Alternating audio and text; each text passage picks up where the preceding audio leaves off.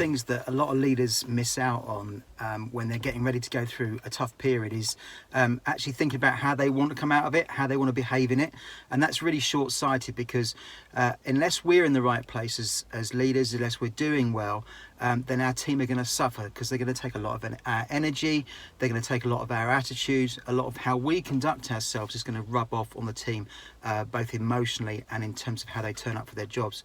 And something that I read a few years ago was a fantastic book called The Game Plan by the sports psychologist Steve Bull. And in it, he outlines what he calls critical moment goals. And that's either a single event or a series of events where you need to be at your best, but you can't control the outcome. So it might be winning a football match, or winning a cricket match. And preparing for these critical moments is a 4-step process. And it's really simple. The first thing you've got to do is be very clear about what the outcome goal is for the thing that you're about to go into. So if this is about getting through this successfully in one piece, with your sanity intact, that's absolutely fine.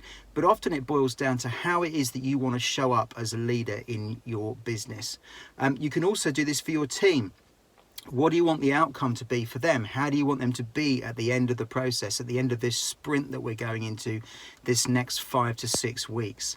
So getting clear on the outcome goal is really, really important. And that might be that you come out with a really engaged team, that everybody comes out positive, and that your patients have a really successful time and a really calm time experiencing being in your practice. The second thing you've got to do is to focus on what he calls process goals. Now, process goals are really, really important, because these are the things that you can actually control. You can't control the outcome, but you can affect it, and process goals are where that comes in. So a process goal, one example might be, okay, I want my team to come out of this really engaged. And the things that I can control about that, the 1, 2, 3 might be, okay, so that means I need to show up positive every day. It means that I will take 2 to 3, 5 minutes if I've got it, to speak to every single person every day and find out how it is that they're doing. It might be that you spend some time each day preparing yourself so that you've got the right attitude when you go in. And if you do all those 3 of those things, then you're contributing towards making that process goal happen and making the outcome goal happen. So come up with 2 or 3 for yourself, come up with them for your team as well. This is what I need you to be like, guys, in order to get to this goal that we're trying to get to. The third thing we need to do is to visualize.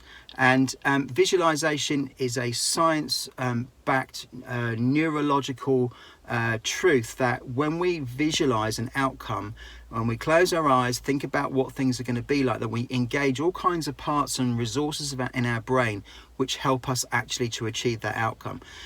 Science has proved that there's no difference between the experience our brain gets and the feelings that we get from visualizing something happening and it actually being experienced. So this is really powerful. Note down 3 or 4 things about how this is going to be. Walk yourself through your practice in your mind about what it's going to look like, what it's going to be like, and that's going to be a really powerful tool for you to use. And the fourth thing that we need to do is to focus on ourselves and the way that we talk to ourselves. You may have come across a famous experiment that was done in a New York high school, where they put 2 plants alongside each other in glass cases, fed them the same nutrients for 30 days, gave them the same amount of water for 30 days, but a loudspeaker played into one of the plants, played encouraging language, messages, affirmations.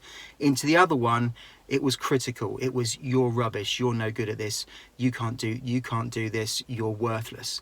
And what happened after the experiment was over, the plant that had been fed positives had grown and thrived, and the one that had been fed the negative messages had shriveled and died. And if that works for plants, then you can sure as hell bet that it matters for us as well, and then it works for us. So go through with yourself to give yourself a good talking to each morning. You can do this, you can get through this, you are capable, you are enough, you will get through it if you focus on these things. So bear those 4 things in mind: an outcome goal, process goals, visualization and self-talk, and you'll get through this.